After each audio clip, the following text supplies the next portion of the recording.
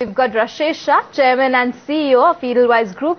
Well, morning, Mr. Shah. Thanks very much for being with us. Let's just first up get a view on the Q2 results, which have been, of course, better than expected.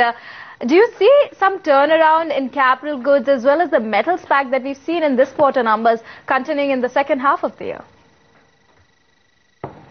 Overall, I think it's slightly better than expected, as you said. Though I think the top line has been okay, the bottom line has not been good because interest cost and other costs have gone up a lot. So there is a margin compression that we are seeing, and along with that, there is no bottom line growth. But I think top line has been fairly robust. Right. We've also got the Power Grid FPO, which is going to be coming up very shortly, is expected to hit the markets next month. Do you see retail investors as well as strong QIP participation coming in there? I think for good quality companies and at a reasonable price, because I think as we have seen when attracting retail HNI investors, usually pricing makes a very big difference. So I'm assuming that these issues will be reasonably priced. They are of good quality companies. And I think there is an appetite because as you've seen, markets are almost near the high.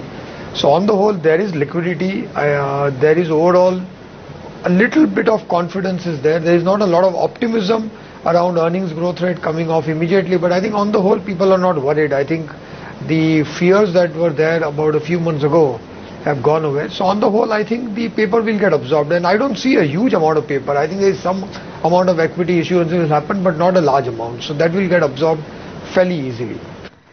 Morning, Rashesh. Just wanted to know, if you're seeing any pickup in QIPs and fundraising activity within the next 1 to 2 quarters, particularly in the banking space, which is what is expected. I think if you look at the corporates in India, there are a lot of corporates who have very healthy balance sheets and are adequately capitalized, and they are not the ones looking for additional capital because there are not a lot of investment projects going on. As we know, over the last couple of years, there has been a slowdown of investments in India. On the other side, there are a lot of other corporates who have, highly geared balance sheets. They should be the ones raising money, but I think they may not find it easier to raise money at the current valuations of those companies. So what we are seeing is a lot of corporates are into asset sales mode. They want to liquidate some of the assets, release some capital, and repair the balance sheet. So I don't think there is a lot of capital raising that will happen for new projects or new investments at least for another couple of quarters. And if the markets remain healthy, if the global environment also stabilizes, which it has started doing so, then we might see it after 5 or 6 months, but not in the next 5-6 months. So do you think that, the negative surprise of an outcome of state elections on the 8th of December might just lead to a major correction in the markets and a reversal of the overall Modi wave? I think actually, the current expectation of the markets are that the government will become more and more active, and I think even the current government we have seen has been more decisive. The policy actions have been more, with confidence. So on the whole, I think the markets are also welcoming that they basically want a government that is able to act, because there are a lot of political compulsions on government, and that usually slows down the government policy making, especially we have seen in the last 3 years in India. But I think in the last 5-6 months, even activity on that front has been good.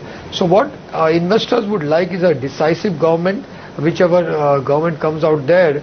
And I think markets will be volatile in the plus or minus 5% range depending on the outcome of the elections, because I do think the election outcome is only a proxy for a decisive government that investors want.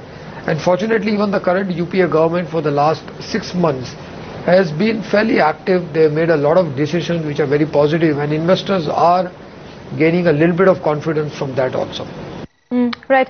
Rashesh, the other big development overnight has been, in the oil prices. We've had that historic deal that's been achieved on the nuclear deal terms between Iran and developed countries. How do you see that impacting oil prices as well as quantitative easing and the tapering impact of that on emerging market equities like India?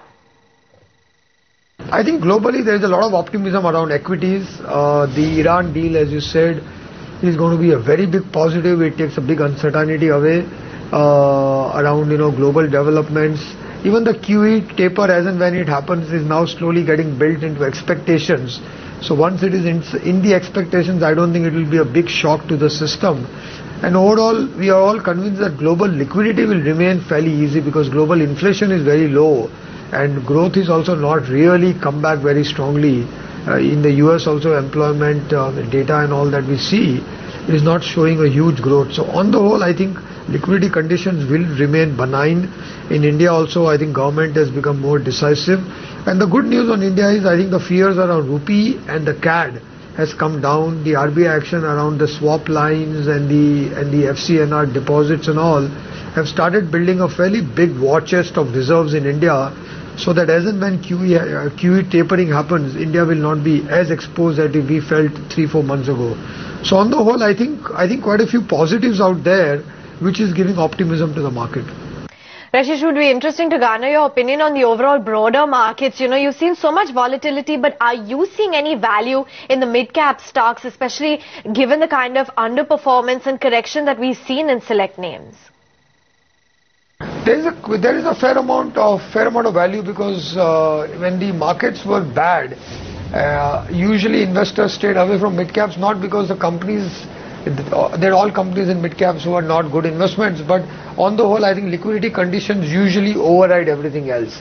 Now, as confidence is starting to build up, as optimism is starting to come in, people are willing to take a little bit of liquidity risk, and I think that is getting them into mid caps. What we like are companies which are good, solid companies with good managements and good balance sheet, but in industries which were, in a cyclical down phase or industries were unfancied at that point of time. So unfancied industry and a good, strong management, good, strong company is what I think is the risk investors are willing to take in the mid caps now. So there is a lot more interest in mid caps, and we do think that mid caps are hugely under-owned, and there are a lot of good quality companies in that which will now start also finding place in the investors' portfolio.